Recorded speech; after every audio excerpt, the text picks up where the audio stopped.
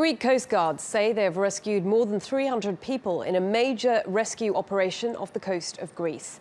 The boat was in the Aegean Sea close to the island of Crete when it started taking on water.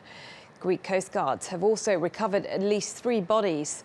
It's not yet clear how many people were on the boat and where exactly it was heading.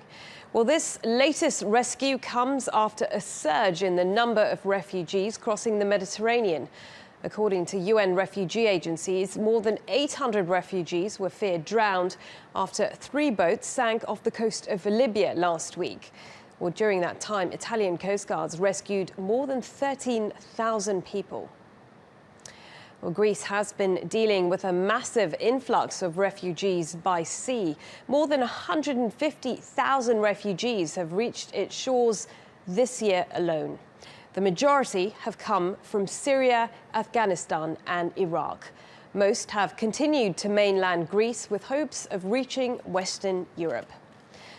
Of those refugees, close to 40% have been children. That's just slightly less than the amount of men who have arrived, and women make up just a little more than 20%. Let's go straight to Natalie Savaricas, who is in Athens.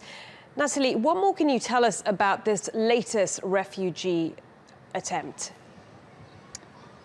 Well, I just got off the phone with the Coast Guard, who confirmed, as you mentioned, that 302 migrants were actually rescued just less than an hour ago, if you like.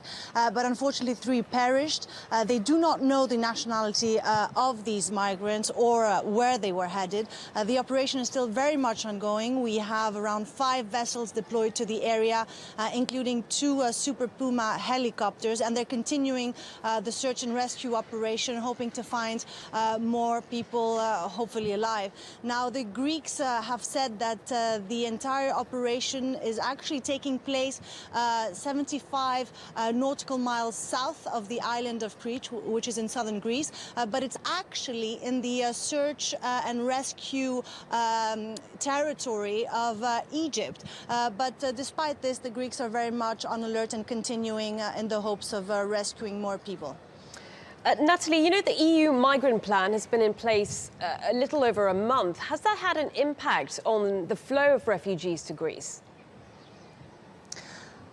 Well, we have to look at the numbers, and the numbers speak for themselves. Indeed, they have plummeted. Just a few months ago, we were seeing the arrival of migrants and refugees in the hundreds, especially on the eastern islands of Greece, those neighboring Turkey. Now we only see single-digit numbers. For example, 2 days ago, it was down to 14, but they're still coming very much. And Greece, at the moment, is their host country because they're not allowed to continue their route to Western Europe as they intend to. Around 50,000 migrants and refugees are scattered around Greeks in reception centers, accommodation centers or makeshift camps, although recently the Greek authorities did clear Idomeni, which was, just a makeshift camp in the northern part of the country. They were all hoping, of course, to continue the route to Western Europe with little information at hand, but now they have been relocated to different camps because the Greeks are very much aware that until the European Union decides on how to treat this overall refugee crisis,